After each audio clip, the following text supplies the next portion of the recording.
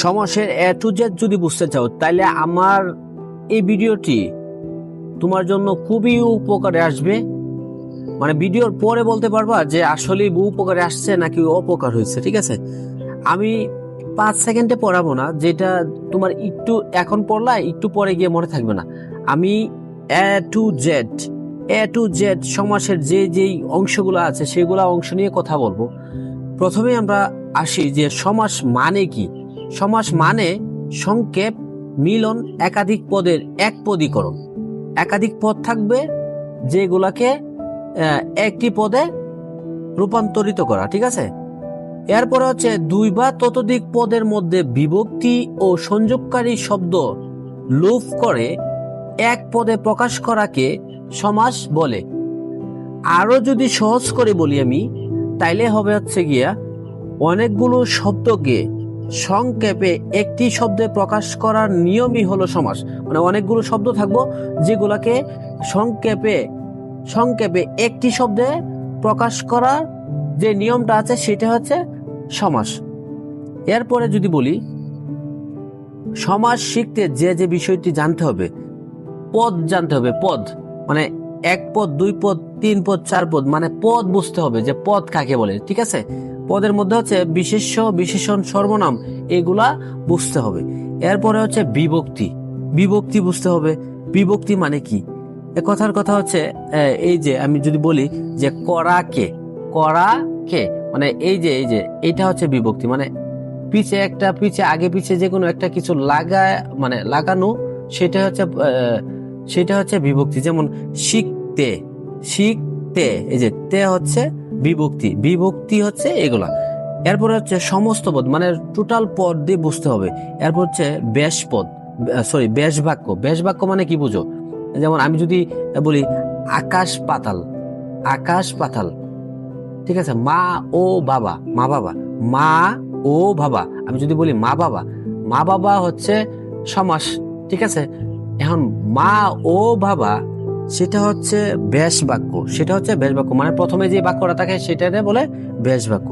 এরপরে হচ্ছে পূর্বপদ ও উত্তরপদ। পূর্বপদের যে পদের যে পূর্বে যেটা থাকবো এটা বলে পূর্বপদ, শব্দের যেই পরে যেই শব্দটা থাকবো বা পদের যে পরে যেই পদটা থাকবো সেটারে বলে উত্তরপদ। কোন সমাসে কোন পদ প্রাধান্য থাকে সেটা আমাদের বুঝতে হবে। সমাস শিখতে গেলে সেটা বুঝতে হবে। এরপর হচ্ছে প্রতিটি সমাসের চেনার কৌশল বুঝতে হবে। বাংলা ব্যাকরণের সমাস প্রধানত 6 প্রকার। সমাস কিন্তু শুধু যে 6 প্রকার টোটালি তা নয়, অপ্রধান সমাসও আছে। আমাদের বাংলা ব্যাকরণের ক্ষেত্রে 6 প্রকার সমাস শিখলে আমাদের যথেষ্ট। ঠিক আছে, সেগুলোর মধ্যে হচ্ছে দ্বন্দ্ব সমাস, কর্মধারয় সমাস, তৎপুরুষ সমাস, দ্বিগু সমাস, বহুব্রীহি সমাস, অব্যয়ী সমাস। সমাস হচ্ছে 6 প্রকার। এটা প্রত্যেকটার প্রকারভেদ আমি বুঝাবো একদম এ টু জেড। এটা আমি এখন শিওরলি বলতে পারি। ঠিক আছে, কিন্তু এখানে মনোযোগ সহকারে কথাগুলা বা আমার ভিডিওটা দেখতে হবে। প্রথমে আসি দ্বন্দ্ব সমাস কি?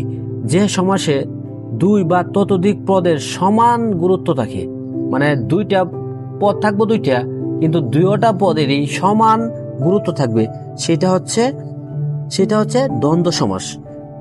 যেমন এরপরে হচ্ছে দ্বন্দ্ব সমাস চেনার উপায়টা হচ্ছে মাঝখানে সাধারণত ও এবং আর এইসব বসে। ঠিক আছে, মানে আমি যদি বলি এই যে মা ও বাবা, মানে এই যে ও এবং আর এই যে কোনো কিছু বসতে পারে, এগুলো থাকলে আমরা চিনবো হচ্ছে দ্বন্দ্ব সমাসের ক্ষেত্রে এগুলো থাকতে পারে।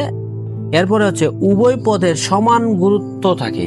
উভয় পদের, যেমন মা ও বাবা, এই যে মা বাবা, এইগুলা কোনোটাই বাদ দেওয়া যাবে না, সেটাই বোঝাচ্ছে আর কি। ঠিক আছে, এরপরে যে দ্বন্দ্ব সমাসের উদাহরণ যদি বলি, যেমন মা ও বাবা, ভাই ও বোন, দিন ও রাত, দিন রাত। ঠিক আছে, এরপর হচ্ছে দুঃখ সুখ ও দুঃখ, সুখ দুঃখ, জীবন ও মৃত্যু, জীবন মৃত্যু। ঠিক আছে, এটা হচ্ছে দ্বন্দ্ব সমাসের অংশ। এরপর হচ্ছে কর্মধারয় সমাস, যে সমাসে বিশেষণ ও বিশেষ্য মিলিত হয় এবং উত্তর পদের অর্থ প্রধান থাকে তাকে কর্মধারয় সমাস বলে। চেনার উপায় হচ্ছে আগে বিশেষণ পরে বিশেষ্য, আগে বিশেষণ এবং পরে হচ্ছে বিশেষণ।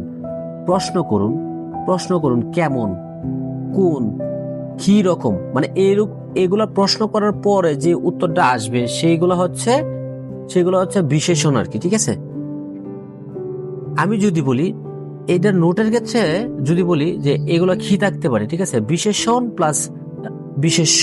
ঠিক আছে, নীল যে আকাশ, নীলা আকাশ, নীল আকাশ, আকাশটা কি, আর আকাশটা যদি বলি আকাশটা কি রকম, নীল, আর হচ্ছে আকাশ, নীল আকাশ। ঠিক আছে, নীল হচ্ছে কি বিশেষণ, মানে প্রশ্ন করার পরে যে উত্তর পাওয়া যায় সেটা হচ্ছে বিশেষণ। ঠিক আছে, মহৎ যে মানব, মহামানব। ঠিক আছে, এটা ছিল হচ্ছে কর্মধারার উদাহরণ।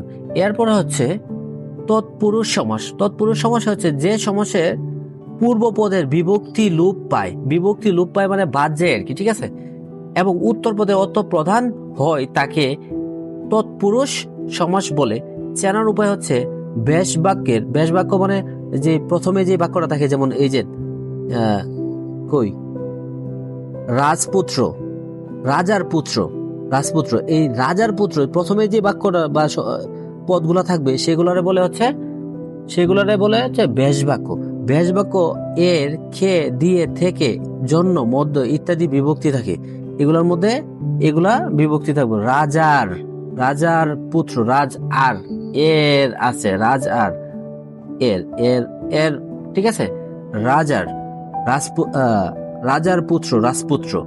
কলম দিয়ে লিখি, এই যে দিয়ে, ঠিক আছে, এই যে এখানে আছে, এর, খে, দিয়ে, থেকে, জন্য, মধ্য ইত্যাদি বিভক্তি থাকে। সেগুলো হচ্ছে কি সমাস, তৎপুরুষ সমাস। ঠিক আছে, কলম দিয়ে লিখি, কলম লিখিত। ঠিক আছে, কলম দিয়ে লিখি, কলম লিখিত, এই যে দিয়ে বাদ। ঠিক আছে, এরপরে হচ্ছে দ্বিগু সমাস, যে সমাসে সংখ্যাবাচক শব্দ পূর্বপদ হয় এবং উত্তর পদের অর্থ প্রদান থাকে, তাই দ্বিগু সমাস। চেনার উপায় হচ্ছে প্রথম পদে সংখ্যা থাকবে, যেমন 1, 2, 3, শত, সহস্র ইত্যাদি এগুলো থাকতে পারে। ঠিক আছে, নোট হচ্ছে সংখ্যা প্লাস বিশেষ্য, মানে দ্বিগু সমাসে থাকবে হচ্ছে প্রথমেই থাকবে হচ্ছে সংখ্যাবাচক শব্দ, এরপরে হচ্ছে বিশেষ্য। উদাহরণ 3 লোক, 3 লোক, 3 লোক, 3 লোক, 3 লোক, এই যে সংখ্যাবাচক শব্দ। এরপর হচ্ছে শত বছর, শতবর্ষ, এই যে শত বছর, শত। ঠিক আছে, শতবর্ষ, এগুলো হচ্ছে দ্বিগু সমাসের অংশ। এরপরে হচ্ছে বহুব্রীহি সমাস, যে সমাসে সমস্ত পদ দ্বারা অন্য কোনো ব্যক্তি বা বস্তুকে বোঝায়।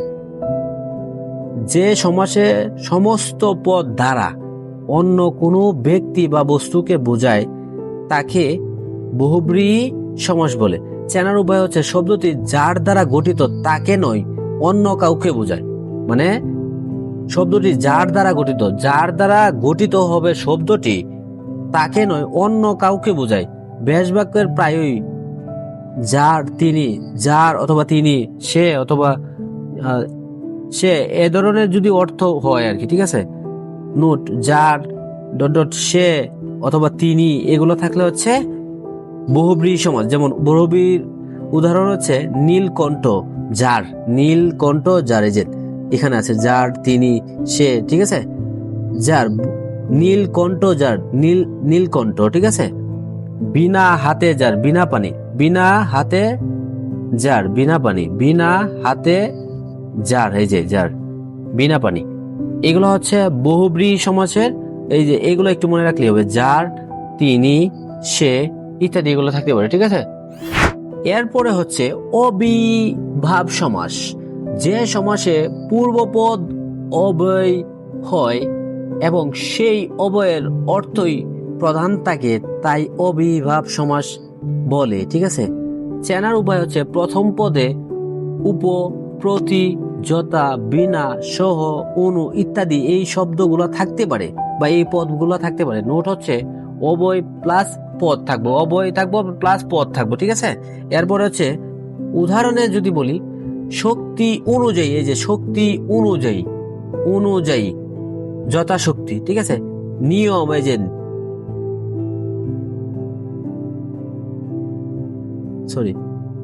নিয়ম অনুযায়ী, যে অনুযায়ী, যথা নিয়ম, সাধ্য অনুযায়ী, যথাসাধ্য, এগুলো হচ্ছে কিসের অংশ? অবিভাব সমাসের অংশ। ঠিক আছে, অবিভাব সমাস এগুলো দ্বারা আমরা চিনতে পারি। এরপরে যদি আমরা সংক্ষিপ্তভাবে চিনার বা মনে রাখার জন্য একটা ট্রিপস দিয়ে রাখি, সেটা হচ্ছে সমাস হচ্ছে ছয়টি। যদি ছয়টি সমাস সংক্ষিপ্তভাবে চেনার উপায় হচ্ছে দ্বন্দ্ব সমাস, দুই পদের সমান গুরুত্ব, মাঝে ও এবং এগুলা বসে আর কি। ঠিক আছে, দ্বিতীয় হচ্ছে কর্মধারয় সমাসের মধ্যে বিশেষণ ও বিশেষ্য থাকবে। ঠিক আছে, যেমন কেমন দ্বারা প্রশ্ন করলে যে উত্তর পাওয়া যায় সেটা হচ্ছে কর্মধারয় সমাস। এরপরে হচ্ছে তৎপুরুষ সমাস, এর, খে, দিয়ে, থেকে, জন্য ইত্যাদি শব্দ থাকবে বা পদ থাকবে, সেগুলো হচ্ছে ইত্যাদি লোপ, মানে এগুলো থাকবো কিন্তু এগুলো লোপ পাবে, মানে বাদ যাবে আর কি। ঠিক আছে, এরপর হচ্ছে দ্বিগু সমাস, প্রথম পদে সংখ্যা থাকে, প্রথম পদে দ্বিগু সমাসের প্রথম পদে সংখ্যা থাকে। বহুব্রীহি সমাসের ক্ষেত্রে অন্য ব্যক্তি বা বস্তুকে বোঝায়, যার, সে, এই যে যার অথবা সে বা তিনি এগুলো থাকতে পারে, সেগুলো মানে এগুলো থাকলে আমরা চিনবো হচ্ছে বহুব্রীহি সমাস। অবিভাব সমাসের ক্ষেত্রে প্রথম পদ অবয়, মানে হচ্ছে প্রথম পদে হচ্ছে কি থাকবে? যথা, প্রতি, উপ, বিনা ইত্যাদি, এগুলা প্রথম পদ অবয় এবং এগুলা থাকবে। ঠিক আছে, এগুলা থাকলে হচ্ছে অবিভাব সমাস। ঠিক আছে, এই ছিল সমাসের অংশ। আশা করি তোমরা বুঝতে পারছো। এবং এবং রাকিব একাডেমির পক্ষ থেকে সবাইকে আন্তরিক শুভেচ্ছা জানিয়ে আমি আজকের ক্লাস শেষ করছি। সবাই আশা করব রাকিব একাডেমিকে একটু ভালোবাসা দিবেন। ঠিক আছে।